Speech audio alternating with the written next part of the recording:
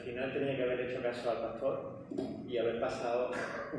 No pasa nada, ha fallado, pero no es necesario.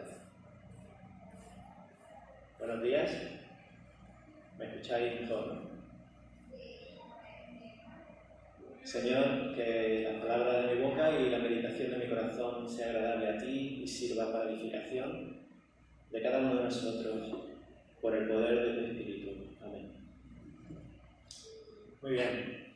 Una de las series más recientes de la plataforma Netflix, para los que estéis un poquito en ese mundillo, es la producción argentina de El Reino.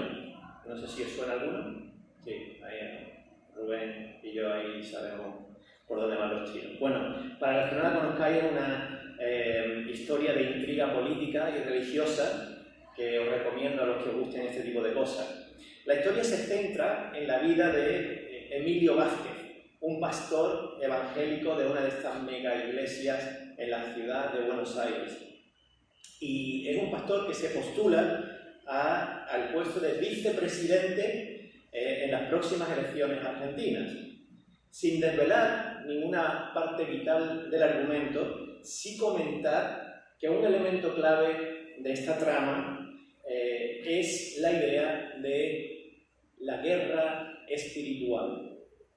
Para los evangélicos que buscan tener una representación divina en el gobierno de la nación, en la persona de este pastor, las elecciones se convierten como en un campo de batalla entre el mundo y el diablo por un lado y el reino de Dios por otro.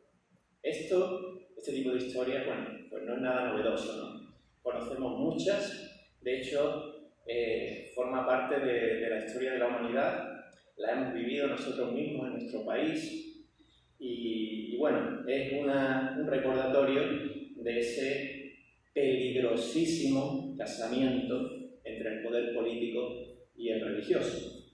Lo vimos en las últimas elecciones de Estados Unidos, cuando la derecha conservadora, con un masivo apoyo de los evangélicos, presentaron las elecciones como poco menos que una batalla entre ángeles y demonios, en la que los ángeles luchaban por el ungido presidente Trump y los malvados demonios por el progresista Biden.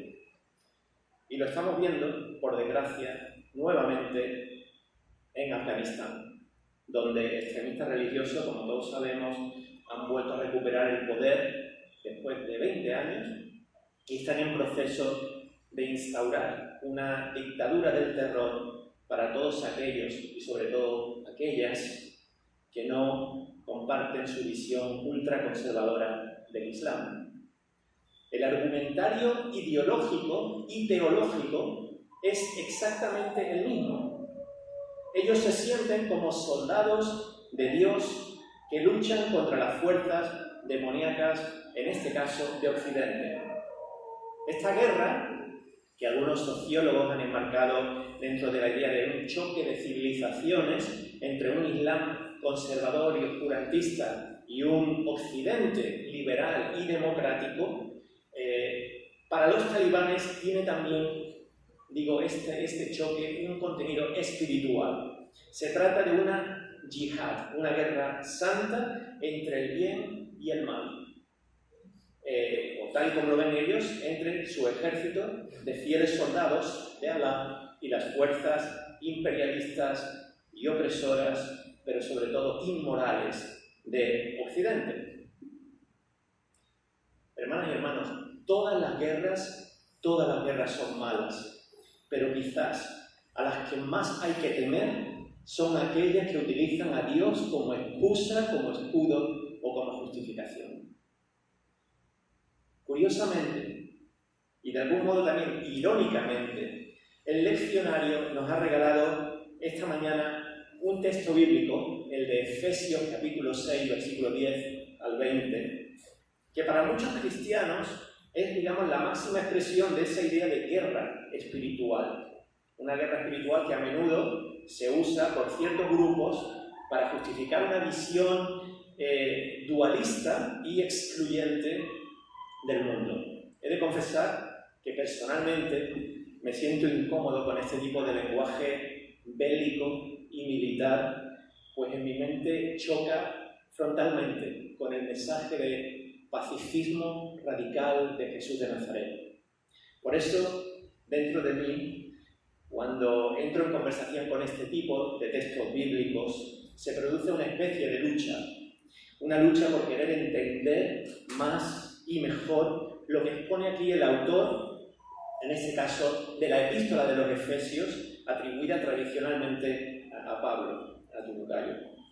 Os invito que luchéis conmigo durante los próximos minutos con este texto de las Sagradas Escrituras y ruego a Dios con humildad que mis reflexiones aporten un poquito de luz a la hora de entender este bellísimo pasaje del Nuevo Testamento, tan a menudo tergiversado y manipulado para justificar ciertas visiones del Evangelio. El texto en sí es la conclusión de la denominada epístola a los Efesios. Merece la pena decir que en las copias más antiguas de esta epístola no consta que estuviera dirigida a la comunidad de Éfeso. Los manuscritos más primitivos comienzan con estas palabras en el capítulo 1, versículo 1. Pablo, apóstol de Cristo Jesús, por la voluntad de Dios, a los santos y fieles en Cristo Jesús que están en puntos suspensivos. Puntos suspensivos. Se entiende que era una carta que había sido escrita bien por Pablo o por alguno de sus discípulos o de su círculo para instruir y bendecir no solo a una iglesia, sino a muchas iglesias, a un grupo de iglesias. Tenía, por tanto, una vocación de ser una carta universal y mucho más amplia.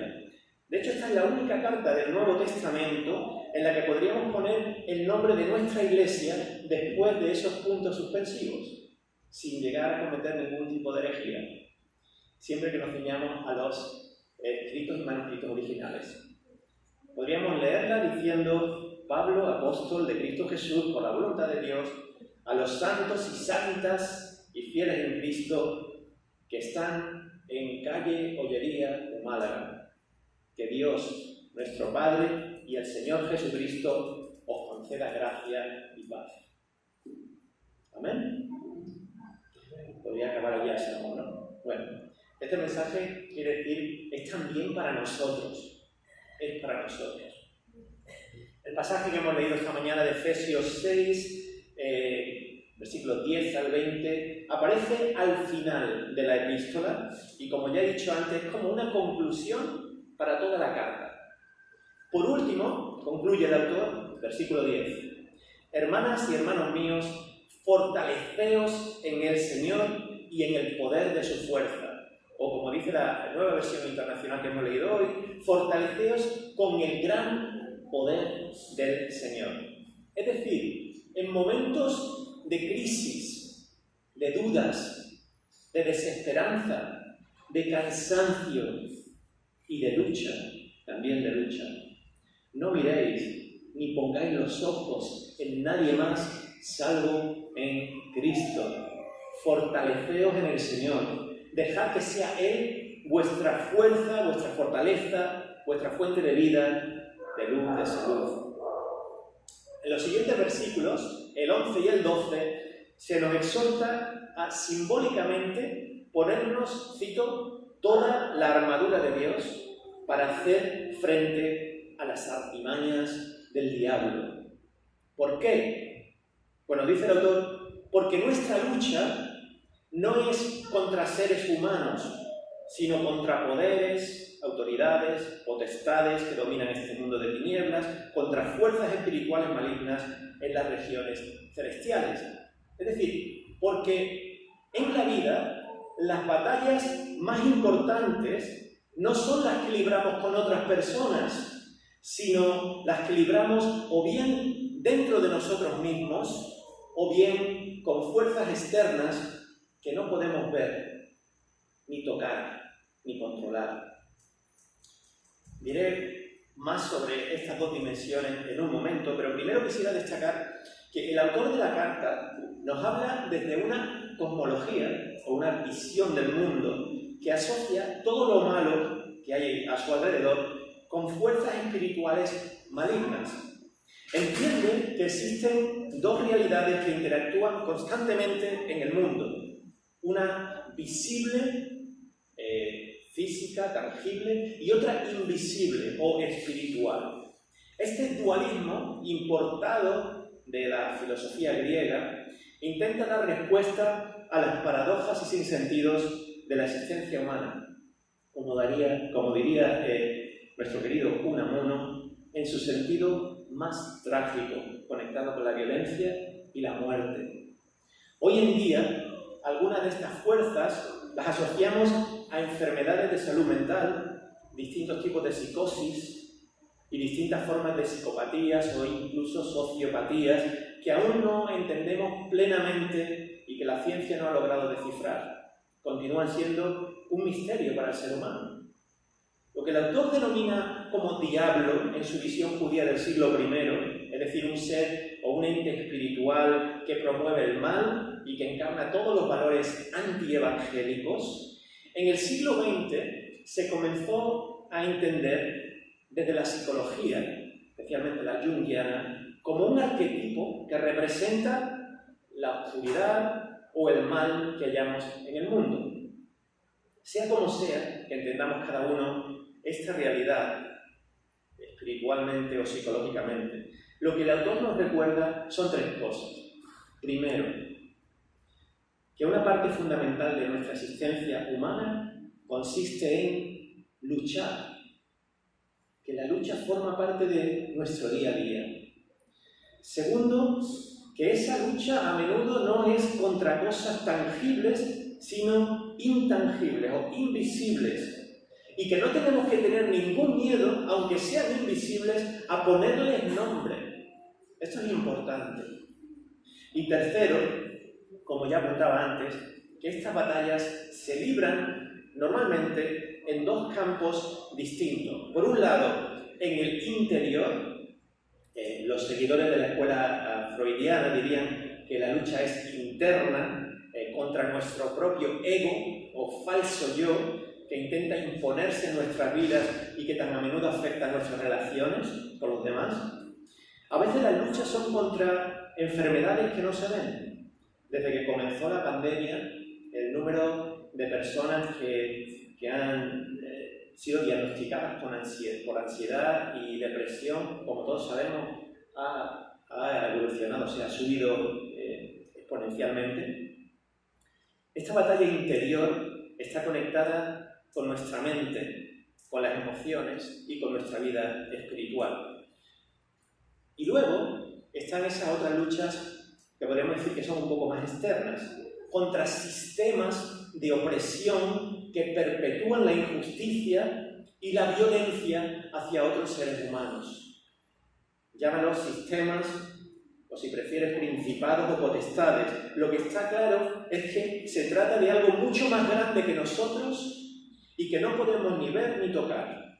Se tratan de fuerzas que están fuera de nuestro control y que actúan, sea de forma intencional o por una especie de inercia de maldad, en contra de la verdad, de la justicia, de la paz y del amor.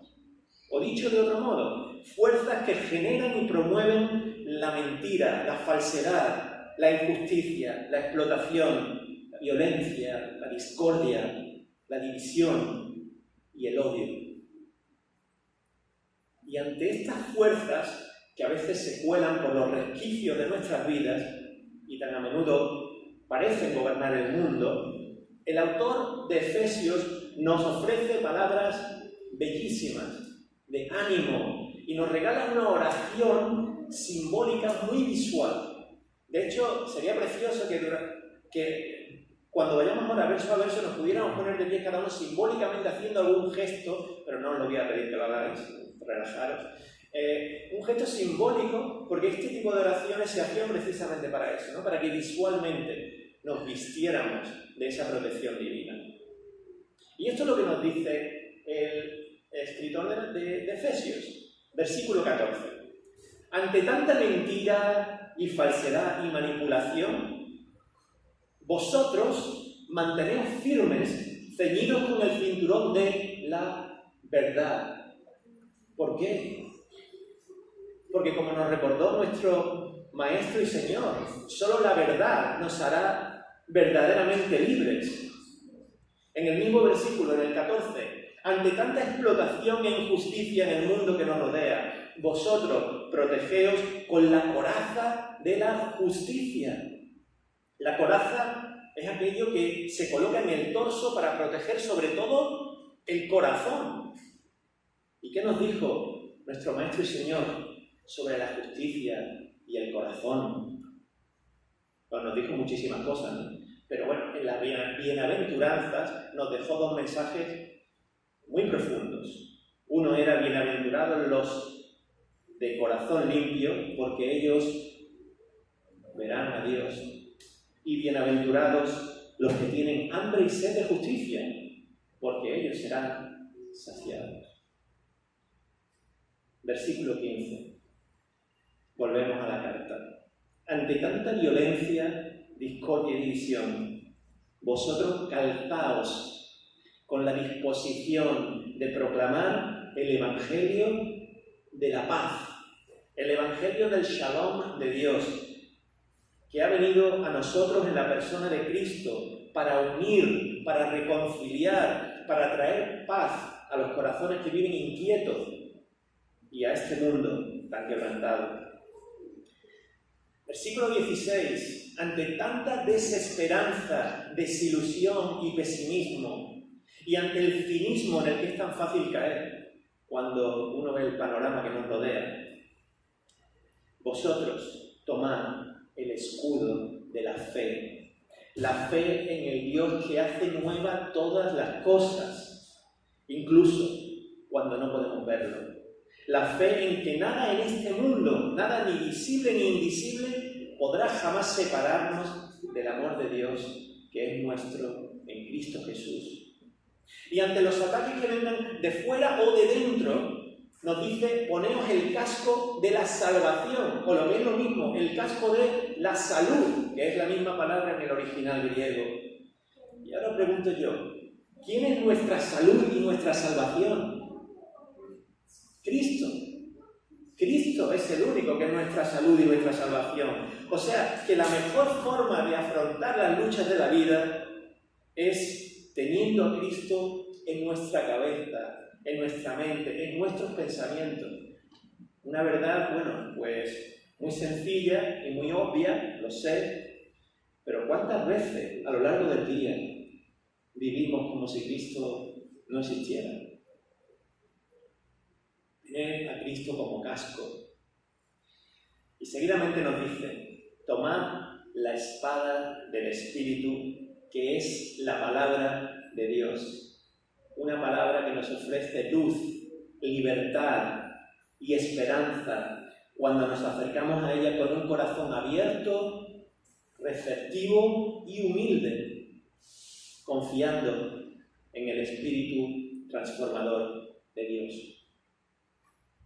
Hermanas, hermanos, en el siglo V, el misionero cristiano Patricio, enviado a predicar el Evangelio desde Roma a las tierras de Irlanda, las tierras celtas de Irlanda, escribió, según la tradición, una bella oración inspirada en este texto de Efesios.